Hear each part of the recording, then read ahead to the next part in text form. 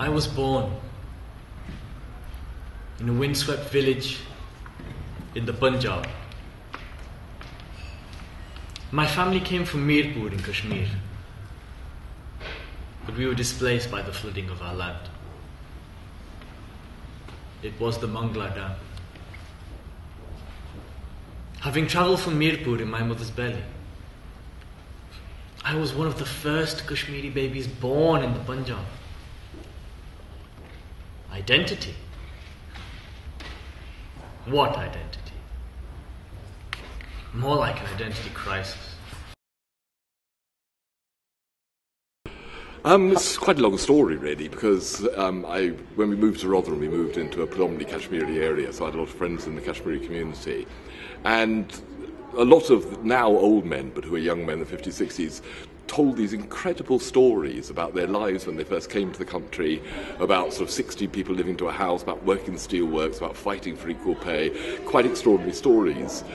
So when we set up the theatre company, the first thing I wanted to do, I'd always had in my mind the idea, is to make a glorious play. Well, I met this wonderful man called Steve Rogers, and when I first met him, he began to tell me about my community. And I looked back at him, I goes, what do you know about my community? And how I got involved with the project was somebody who's doesn't look like me, completely from a different community, is inspired by our community history and wanting to tell our story. And that really engaged me when he told me what he would like to do. And I kind of came on board at that point. My two sons, Hatem and Yasin, they came in this country 1967. Just little boys. When they were little, they always arguing with me. Hammi ji, don't call me Channa. They didn't like chickpea. I call them Channa. They're always laughing. When they came, they left us behind. All of us, and me, their mother. But they write letters. My Yasin write beautiful letters. He was so tell me stories about England.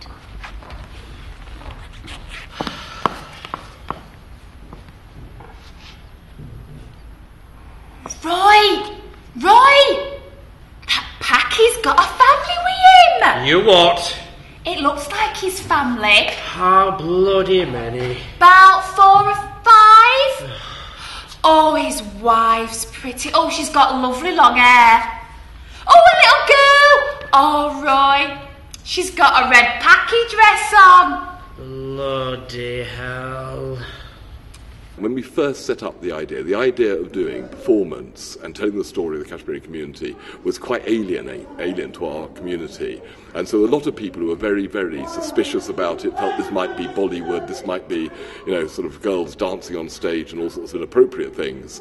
And we were very, very careful to be sort of culturally sensitive. Good kids. It didn't mean people like me. Nobody saw me. Oh, and then there were the prayers. I used to be so scared. I knew that God was watching me. But I knew the teachers were watching me. I'd bow my head and pretend to pray. I'd hold my hands up like this. And I'd say, La ilaha illallah Muhammadur Rasulullah. Over and over again.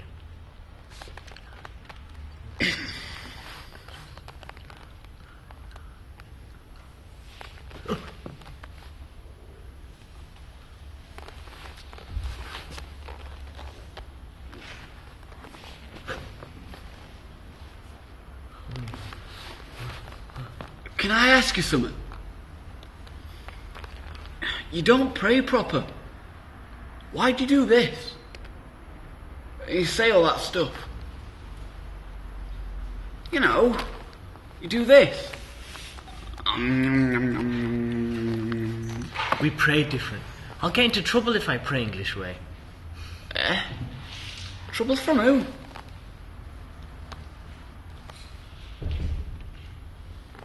From our God. Basically, I didn't know I could write. My background is not arts or performing arts. And as Steve and I began to talk about the project, and what I loved about the ideas that Steve had was to base it upon authentic stories. This wasn't what I thought was my history or what Steve thought was our history. This was going out and doing a model that was based upon doing community research, and that was partly my background. And so for me, it was, after we did all the research, we interviewed all the first generation, that was men as well as women. I realized I had a natural ear for the story, and I connected to what people were saying, and it inspired me to have ideas, really. And I was very lucky that Steve was somebody who, as I was kind of sharing my thoughts through the interview process, he's like looked at me and said, "That's good, I like that." And next thing we knew, very organically we began to work together. And obviously, if somebody told me 15 years ago that I was going to write a play and it's going to be toured around England, I said absolutely, never in my lifetime. But as it turned out, that's exactly what happened. And then there was going to town. We had to play dodge the skinheads. Sometimes we were lucky. Sometimes we weren't. Hey, right, sweet, let's go in. Hey, they've got with it. Go back to session. Go this way. Go, bastard.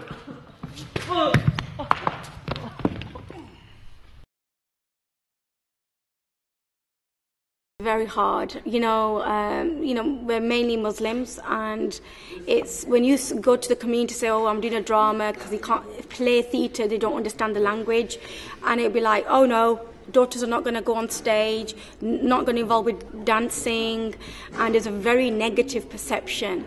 And we've kind of slowly perfected it, but not 100%. And the way that Steve and I work, we do engagement. We really go out there, we get to know the community, and we show them this is what we're about. I'm not anti anybody dancing on stage, but it's just not what we do. And there's a different kind of arts there, and it's trying to educate different people about, you have theatre, you have movies, you have this, and even within theatre you can do so many different forms of art. So it was very difficult for people to trust us, that we weren't going to abuse maybe their children, having all maybe mixing on stage. And when we began this story 10 years ago, we didn't even have men and women mixing on stage. Where we were very lucky that our story lent itself to be told with men and women separate, because the men came over first on their own.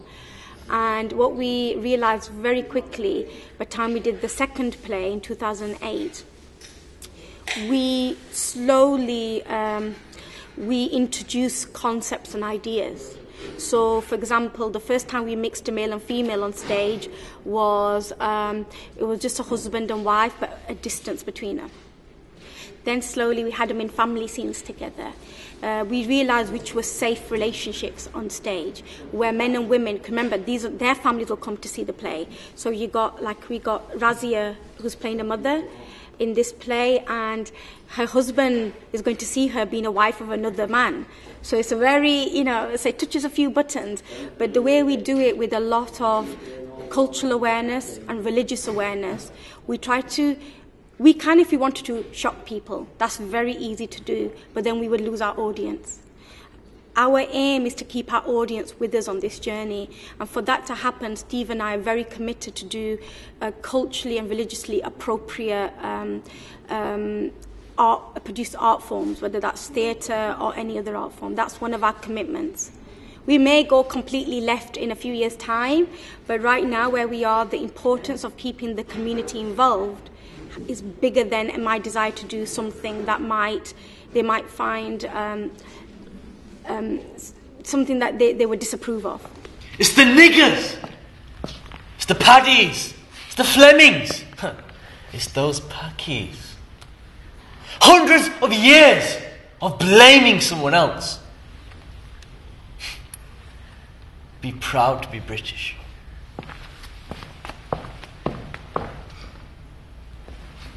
No, really. Be proud to be British. It's such a rich culture. You know, for such a small island, we have influence everywhere. I read books, you know. This entire country is built on immigrants. You don't be great by being pure, by being alone. Greatness is about coming together, learning together and growing together.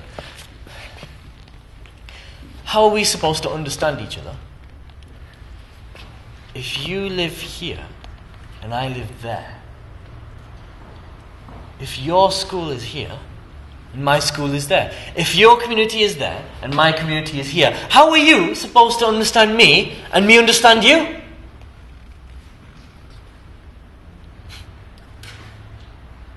You don't get much understanding by kicking the shit out of me.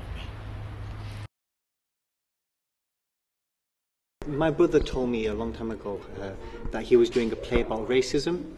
So basically he said that, oh, it's really good. And at the time I was studying performing arts in college and I wanted to get some more acting experience. So he said, there's a spare part, why don't you give it a go? So I started playing just the lower parts, the small ones, and with time I evolved into playing his big older brother, which is a larger part. So really I just fell into it by accident. But honestly, I didn't realise that it was so hard hitting, and so there was so much life behind it, so much truth, so much, because all these kind of things, they happen in society. So I felt, oh, by being a part of this, I'm doing good by spreading a message, really, because at the end of the day it's about my parents' culture, because they all went through that as well. Nationally, our people from Bradford, Birmingham, and Pakistani bande? No, Baba, our people, our supporters. Oh, front ne, na? Front ne? No, Baba, look, our people. Look down. There are people they come to support us. They don't like the National Front people. They come to look after us. They're called socialists. Social ne? Kya bakwas bolna? Social ne? Look down there. Look on Milton Road down. Baba, look, the coaches came. I met Steve on work experience when I was in school. And basically I just walked into a room and he looked at me and he said, "Can you act?" And I said, "Yes." And then I didn't see him for 3 months. 3 months later he called my school and said, "I'm looking for Samir. I have a part for him in a play and I'd like to cast him." So that's how I got the part for this play. This was 7 years ago. That's how I met him. I just by chance I walked into the room and he just looked at me and he must have thought I fit the part. I don't know.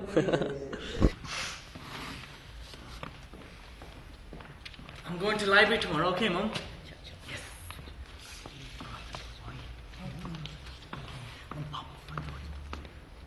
Tomorrow you go nowhere. Why? I always go on Saturdays. I need new books. I said you not go nowhere!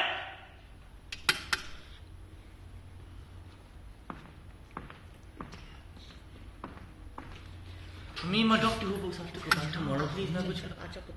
Don't Amni, no town tomorrow, na. Medical books and doctor books. Amni, they're not medical books. Doctor Who is story books. You get to know, obviously the story behind it. Obviously, it's all based on the fact that where Steve and Tiber have obviously interviewed people to get the stories and obviously made their story from their experience and stuff like that. So it's good to get obviously to know what experiences they had and how sort of the white people back then interacted with them, and obviously in a negative, obviously with the NF marches, and obviously the positive side of it as well. The character I play, for example, he sort of starts off. I won't say he's necessarily racist, but he's a bit. He doesn't know about obviously the Asian family that settles in next door. He doesn't know sort of their culture and. Oi! What are you doing? Making a poster. I'm on strike. What strike? What's it got to do with you? I work at Steensley Works, Steensley Bridge. What would you know about being on strike? I've been on strike. What would you lot know coming over here? It's ignorance, and obviously throughout the play, obviously not to give too much away, but my character interacts more with one of the neighbours, who he finds out he's got a lot more in common than he first realised. Then obviously he gets to the point where he realises that we're not so different, kind of thing. So it's kind of a journey for Roy, more than anything of discovery, kind of thing. So. Do you know that packy next door? Just a bit. I never stops going on about him. I've been talking to him. You what? You've been talking to him? Right. And he's had a beating up police at Tinsley Bridge. Well, it made a change from skinheads. That's what I said. He's down at Steelworks at Picket Line. Why? What's it got to do with him? That's what I said. He says he works there. He's on strike. On strike? Right. But it's a packet. I know. But he's still on strike. And he's been fighting with coppers. DL. Right, basically I saw the second play and I went to see it and I was really inspired about the play, so that's when I spoke to Steve and Tiber, and I think the second play was 5 years ago, but obviously we're doing it again with new actors, and there's some that did it last time as well. And basically it was just speaking to Steve and being really inspired about it, and obviously because I was born in Rotherham, and some of the scenes that I saw I could have identified with them when I was at school. So, you know, it was like a story close to my heart. Mom, do you want chocolate? You know I don't like galgajis. I don't like black things. But it's chocolate. Oh, have you already been to the shop? I told you to save your Eid money. I thought you were bound to. Oh. Shazi, it's a rice pudding, it's a galigi, na? I bet you've seen this every Christmas morning, every mother in every house. Belliona, come on, get the semia on. You know you've got the pakoras to do. And I've still got the kebabs to make. And your dad and brother will be coming home soon. And your dad has to do the hatam. Why does he always pray on the sweet day? Nikki Kapata is something that we all do, that's it. But you should know, you make him make the sweet dish all the time. Go and ask your dad. Ask him why you have to put chila on your head. Na jada, koi kam karna. Eid Mubarak, Ami. Eid Mubarak. Ami, yaar, it's so big, na? Oh, Shazi, look, it's na. You look so beautiful. Look so beautiful with your salwar kameez. You need to wear salwar kameez every day. Me, salwar kameez in Steelworks, forming with like that one. Good idea, na? Next year, I'm going to take you to Pakistan. Get you a beautiful wife. Me, 5 years, na? 5 years.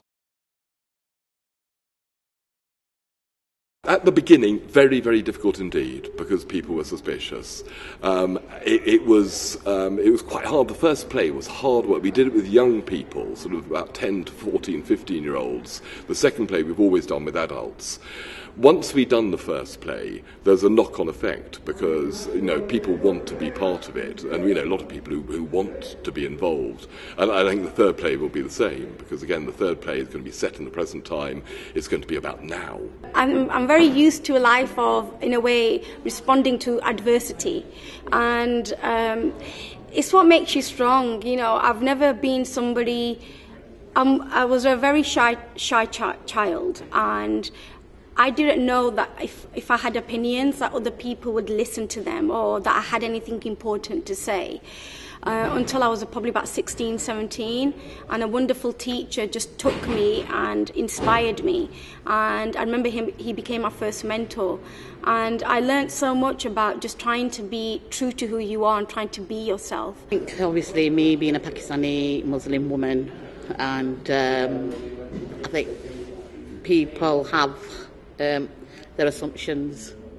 But I think after seeing the play, you know, them stereotypical views of being eradicated, and people just generally want to compliment you on the performance in the play. That's the response I've got. You know, so it's like, oh my God, you're not doing acting. What's that about? But once they've seen the play, they understand what the play is about. From the first play, the second play, well, I think what was quite interesting is when I first spoke to the Cultural Diversity Arts Officer in Rotherham about what I wanted to do, and also to the Arts Centre in Rotherham, they just thought I was mad. They didn't tell me I was mad, then he told me that later. And when I said I was going to actually fill the Arts Centre with a 90% Kashmiri audience for 3 nights in a row, they thought I was absolutely bonkers. And actually what happened was, while we were rehearsing the first play and putting it all together, Rotherham Theatres employed Audiences Yorkshire to actually do a survey amongst the Kashmiri community to see if they were ready to do drama. The survey proved they weren't ready, and came out on the very day that we filled the Arts Centre with a 90% Kashmiri audience.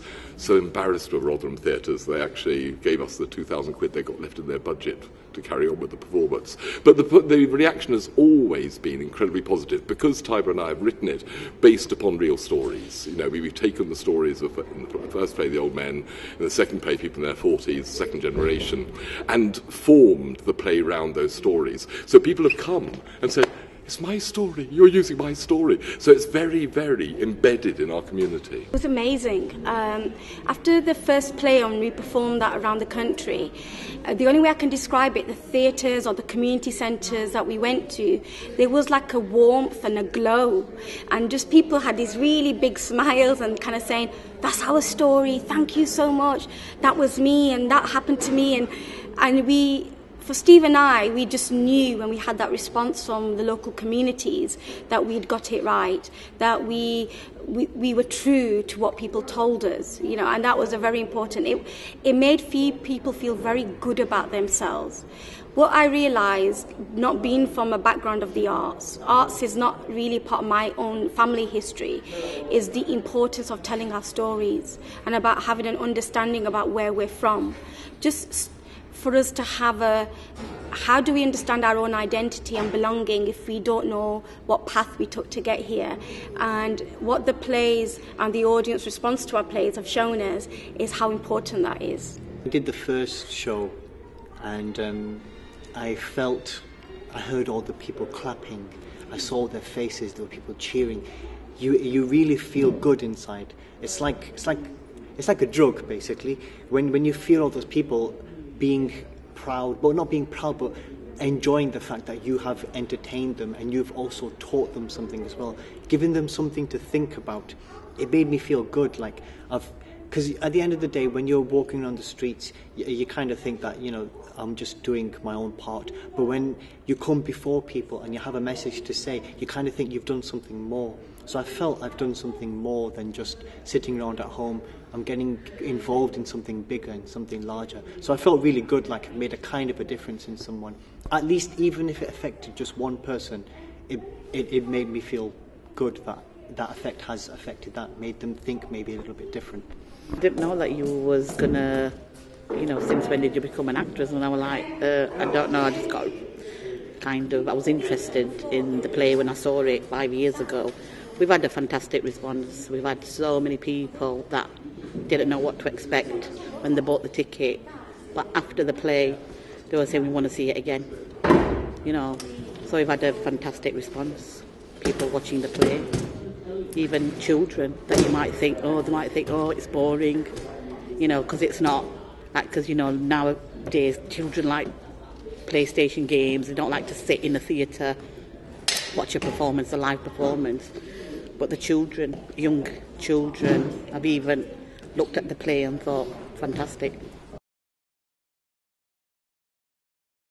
We've been doing this play for nearly a decade now, so a long time. We have all grown up together. Honestly, in the beginning I was scared because of all these new faces, but after a while you get to know their personalities. So a lot of people in this play, they play totally different parts to what they're like in real life. Al, for example, he plays a hardcore racist. He calls everybody bad words, really racial words. But in real life, he's the most accepting and kind person, like a friendly giant, basically. And he's really sweet. So you honestly do feel like you're part of a family. And I honestly do feel that way, that I've learned everyone's personalities.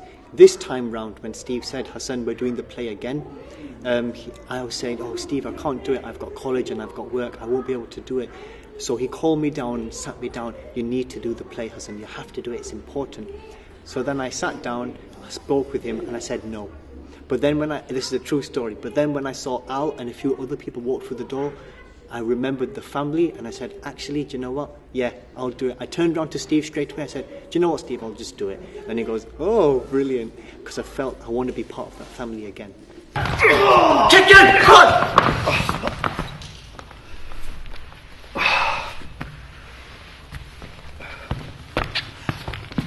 Beating, kicking, hanging, cutting, killing, slaughtering.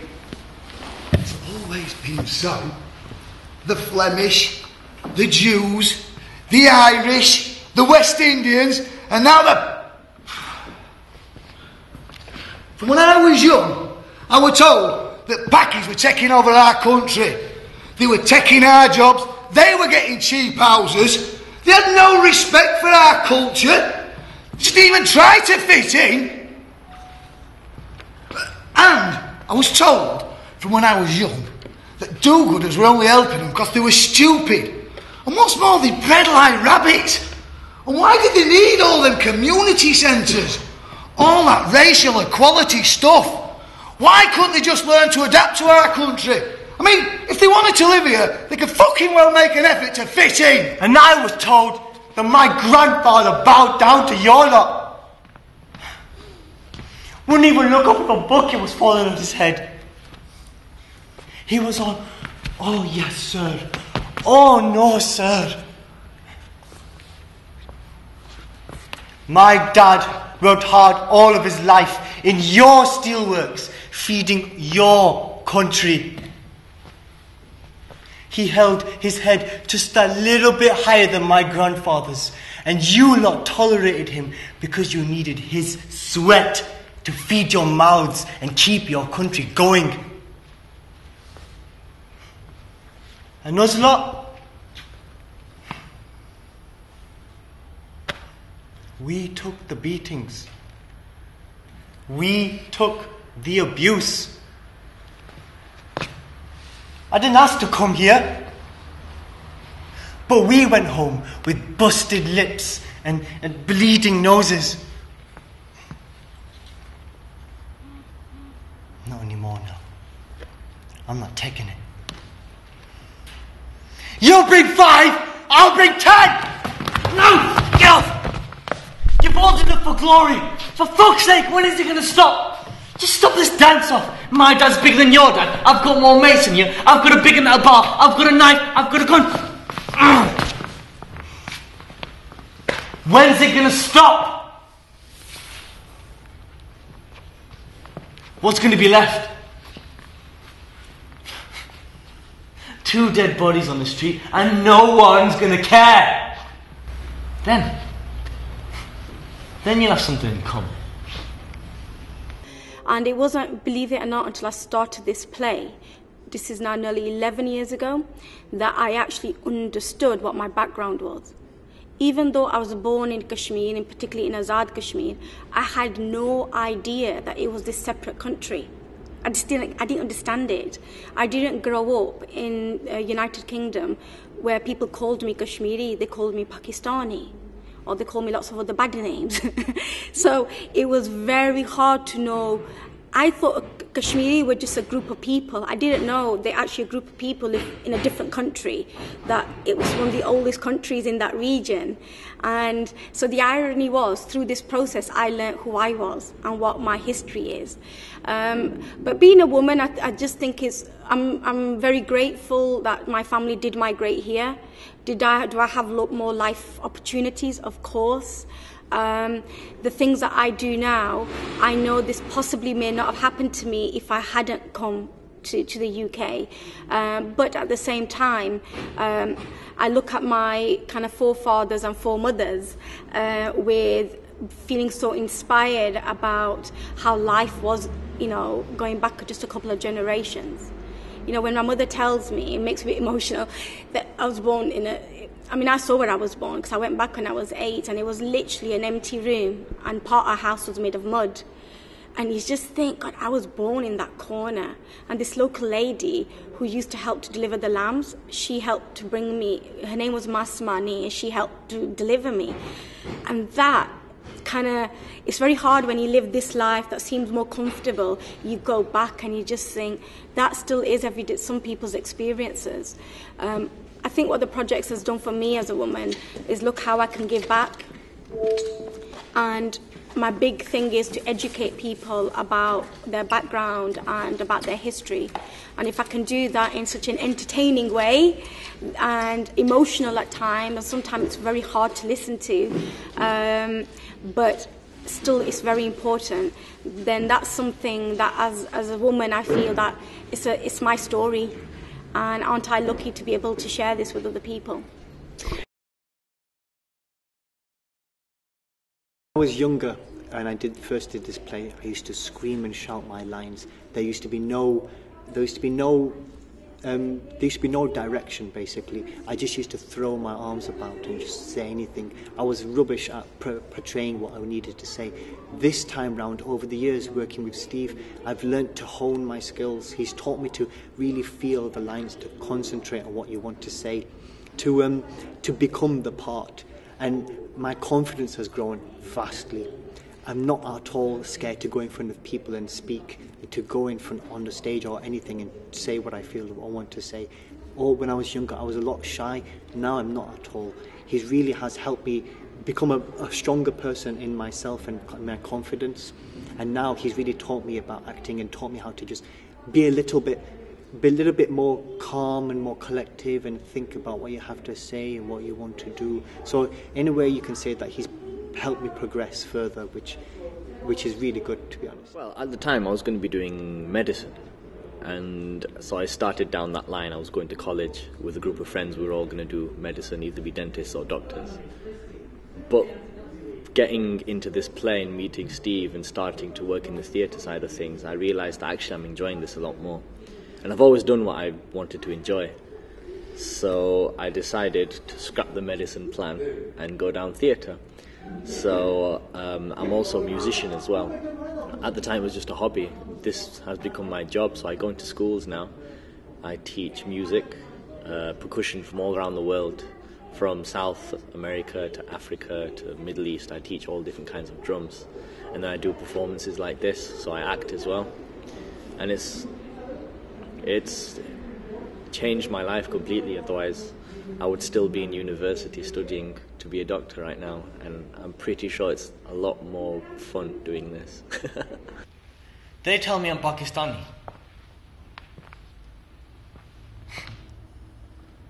I go to Pakistan and they see that Kashmiri number plate. I get stopped at every junction. A few ₹100 and I'm away, but under their breath, you bloody Kashmiri peasant.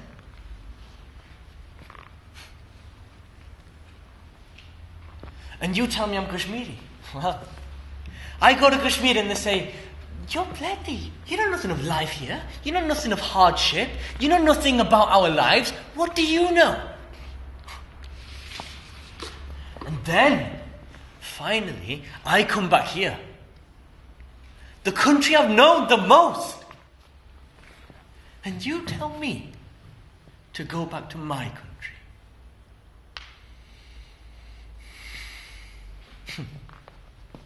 Where's that?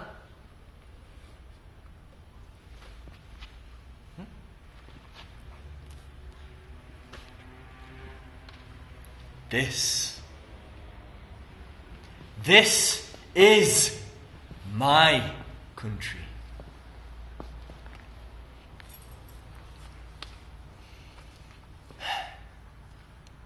Please, just tell me you understand now. I want what you want. I just want to live in peace. I just want to grow old safely.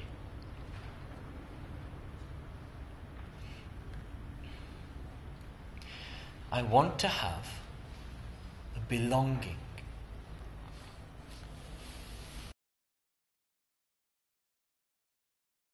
I have been saying for the last 5 years we've got to get on with the third play. And in fact, Tiber had a very, very pressurised job. She got a job as chief executive of REMA, which is Rotherham Ethnic Minority Alliance. And so she was working incredibly long hours. And it was only when I finally persuaded her to leave that job, and they said, right, now. But also what's quite exciting about the third play is we're also using Mikhail Hassan, musician in Lahore and Pakistan, well-known musician, who's going to write original music for it. We're using Zahir Rafiq, who's a visual artist based in Rotherham but shows his stuff in London, to actually design the set. So the third play is going to be drawing in a visual artist, a musician, all of whom are sort of top-quality artists. It's hard work. We have ups and downs and things going wrong all the time, but when the trilogy is complete, at that point I think, oh, I can die now. We've done it. I don't intend to, because I'm going to carry on, but it'll be that sort of feeling of that's our work. Because, as you pointed out earlier on, it is a unique piece of work, you know, and as a company we do work all over the place, we work with all sorts of people, but this particular thing, for me, is the single most important artistic thing that the company has done.